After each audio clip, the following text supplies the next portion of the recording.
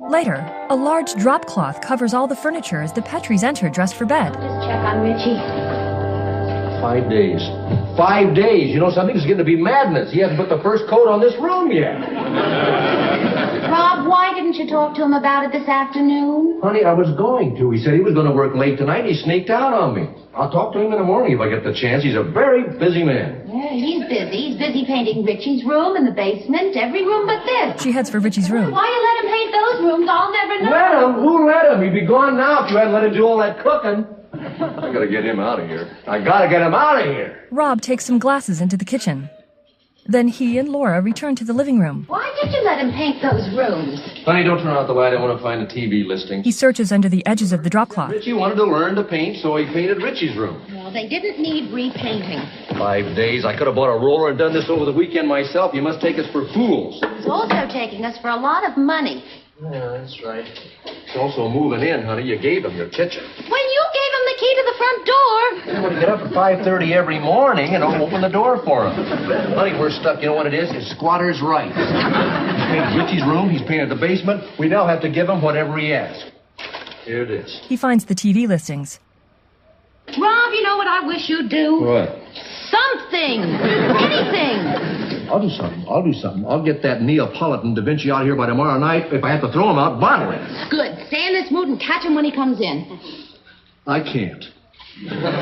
Why not? Well, he keeps telling me I'm the nicest man he ever met. I know. He tells me that, too. He told me that I look like a young priest that hit him out in the basement during the war when the Nazis were after him. You believe him? I don't know. He's got me buffaloed. Darn it, how can you kick a guy out that says you look like a priest? You mean you're not going to get rid of him? No, I'm going to get rid of him. Oh, Rob, you'll never do it. I will do it. You hold me to it. If I don't do it, you make me... I'll promise I'll sleep right on this couch for the next 3 months. You get him out of here. Smirking, she switches off the lamp and goes back to the bedroom. Rob follows. On the couch, the center of the drop cloth bulges. It moves with each dial of the phone underneath it.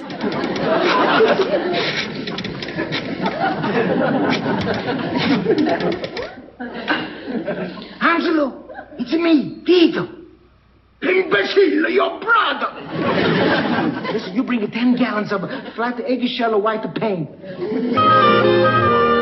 The next morning, Take your time, honey. Rob stops when he finds the living room finished. Hi, Daddy. Can I have my breath? Richie does the same thing. Darling, what will you say? And so does Laura. It's all done. Beautifully, too. Does that mean the theater won't be coming back anymore? Well, I guess so, Rich. That's a jip. Where are you going, dear? I'm gonna go tell Freddie. He's gonna be mad. Richie leaves the house. What do you know about that? Old Vito came through after all. And he did a good job, too. He sure did. It's beautiful. I wonder what he charges for all-night painting. Probably double time. Vito steps from the kitchen wearing a suit. Good morning, Vito. Good morning. Buongiorno. Mr. Petrie, this is the key, eh? Oh, thank you. He hands it to Rob. You are very pleased with your new walls? Oh, they're gorgeous. Are they not? I want you to know that I painted them with love.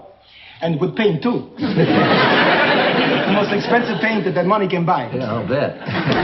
How much do we owe you, Vito? You are completely satisfied with the job? Well, it's a wonderful job. Good. He pulls out an invoice Well, this is my price. and hands it to Rob. What? I added incorrectly? Added incorrectly? Signor Giotto, this is ridiculous. I don't think so. Do you mean to tell me that $500 is your price? I am an artist, and this is a Giotto original. You expect $500? That's my price. But this is what I expect. He turns over the invoice. That? Oh, you're joking. You can't be serious. See, Well, that couldn't cover any more than the paint and maybe 1 day's labor. that's true. I spent here 5 days, I know, but I got so much in return. Yes, 5 days of the most happy talk with the most happy people. And 5 days, oh, mamma mia, the most delicious of food I've eaten in my life. You're very kind, but you did most of the cooking. Yes, I know. I I bet you think I stay here too long because I want to make it look like a big job, eh? Oh, no. Just a little bit? Just a little bit, yeah. Well, I want to tell you something. I stay here because I received so much in return. Well, this is the way I live. This is the way I do business. I bet you think I'm a little cuckoo, eh? No, not at all. I think it's a wonderful way to do business. Not always. I like to stay for 5 days in one room. Oh, no, some house. Whew. I like to do 5 rooms in one a day. Pretty fast. You think that's fast? In Italy, I was working for Mussolini. The whole palace, 1 hour. Well, listen, how about Richie's room and the whole basement? I do that to teach the boy. Well, can't we pay you for your time? No. For the paint? Yes. Well, thank you so much for your patience. And now, I go, eh? Arrivederci. Well, wait a minute, Vito. Don't you want me to make out a check for you? Oh, no. No, you don't want to be paid? Yes, on Saturday. Oh, yes. You see, I promised Richie and the gang that I'm going to come back and make a little magic show for them, you know. Oh, you know. good. Well, when you come back, Vito, would you mind touching up that black splotch over there on the baseboard? Oh, no. I no touch your brick. He puts on his hat. And you no touch my splotch. That's my signature. Vito walks out the front door. Rob and Laura step to the baseboard and look more closely. He did. He signed it. Vito Giotto. On Saturday, as Rob and Laura look on, Vito performs magic for Richie and his friends, pushing an egg into the back of his head and making it pop out of his mouth. He puts it in his pocket and flaps his arms. He frowns as the kids laugh, and so do Rob and Laura. Vito bends down to the kids. No more for now, eh? I will come back some other day and I visit you and I promise you to do more things, all right? And now I want you to go to the refrigerator and see what I bring for you. Italian spumoni. The kids stare, confused. Ice cream. They jump up and run to the kitchen, bowling Vito over. He and the Petrie stand. Vito, thank you so much. We really enjoyed it. Not as much as I enjoy, Senora. Thank you so much for having me. Vito, if there's everything we can do for you. Now that you mention it, yes, there is one thing. What is it? I don't know how to say it, but if you would do it, I would think of you kindly, always. What is it? Pay me.